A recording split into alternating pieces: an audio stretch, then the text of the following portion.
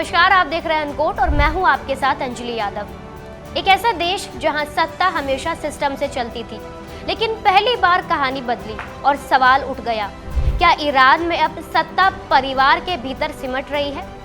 Middle east जहां हर हलचल सिर्फ खबर नहीं होती बल्कि आने वाले बड़े बदलाव का संकेत होती है। और इस वक्त जो कहानी सामने आ रही है वो शुरू होती है एक बड़े मोड़ से। अली खेमनेई के जाने के बाद ईरान की सत्ता अचानक एक ऐसे दौर में पहुंच गई जहां हर कदम बहुत मायने रखता था, क्योंकि यहां सुप्रीम लीडर सिर्फ एक पद नहीं होता बल्कि वही देश का सबसे बड़ा फैसला लेने वाला होता था।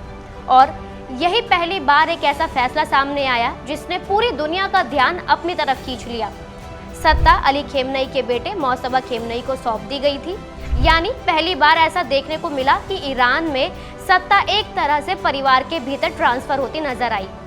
अब तक यह नेतृत्व धार्मिक और राजनीतिक प्रक्रिया से तय होता था, लेकिन यह फैसला अलग था।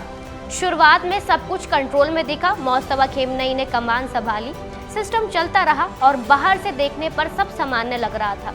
लेकिन फिर कहानी में एक बड़ा मोड़ आया। रिपोर्ट सामने आई कि जंग के दौरान मौसबा खेमनेई घायल हो चुके हैं, लेकिन कुछ रिपोर्ट्स में कहना है कि वो बीमार हो चुके हैं। अब जरा सोचिए, एक ऐसा देश जहां सुप्रीम लीडर ही सबसे निर्णय करता होता है, अगर वही अस्थिर हो जाए तो असली कंट्रोल किसके पास जाएगा? यहीं से एंट्री होती है एक नए और बेहद ताकतवर नाम की, अहमद वाहिदी। अब ये सिर्फ एक व्यक्ति नहीं है बल्कि एक ऐसा चेहरा है जो लंबे समय से ईरान की सबसे ताकतवर सैन्य संस्था से जुड़े हुए हैं, IRGC यानी इस्लामिक रेवोल्यूशनरी गार्ड कॉर्प्स। ये सिर्फ एक सेना नहीं है बल्कि ईरान के अंदर एक पावर सेंटर है जो सुरक्षा, राजनीति और विदेश नीति तीनों पर गहरा असर डालता है। और अब यही कहा जा रहा है कि मौसबा खेमनेई के घायल होने के बाद असली फैसला लेने की ताकत अहमद वाहिदी के हाथ में आ चुकी है। यानी सामने चाहे जो चेहरा हो, लेकिन फैसला कौन ले रहा है ये ज्यादा अहम हो गया है। अब बात करते हैं उन बदलावों की जो इस पूरे घटनाक्रम के बाद साफ दिखाई दे रहे हैं। पहला बदलाव विदेश नीति में, जहां पहले बातचीत और कूटनीति की बात होती थी, अब वहां सख्ती और जवाबी रुख ज्यादा नजर आ रहा है, खास तौर पर अमेरिका को लेकर। जहां पहले बातचीत के रास्ते खुले थे, अब वो सीमित होते दिख रहे हैं। दूसरा बदलाव आंतरिक राजनीति में, जो नेता बातचीत और समझौता की बात करते थे यानी नरम रुख रखते थे, उनका प्रभाव धीरे धीरे कम होता जा रहा है।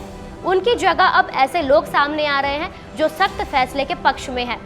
तीसरा और सबसे अहम बदलाव, फैसला लेने का तरीका। अब फैसले सिर्फ सरकार के स्तर पर नहीं हो रहे बल्कि IRGC का प्रभाव साफ तौर पर नजर आ रहा है। यानी सेना और नीति अब एक ही दिशा में चलते दिख रहे हैं।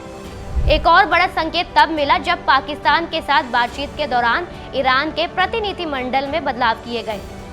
रिपोर्ट्स के मुताबिक इन बदलावों में उन लोगों को बाहर किया गया जो बातचीत के पक्ष में थे और ऐसे लोगों को आगे लाया गया जो सख्त रुख रखते हैं। इसका मतलब साफ है, अब प्राथमिकता डिप्लोमेसी नहीं बल्कि एक्शन बनती जा रही है।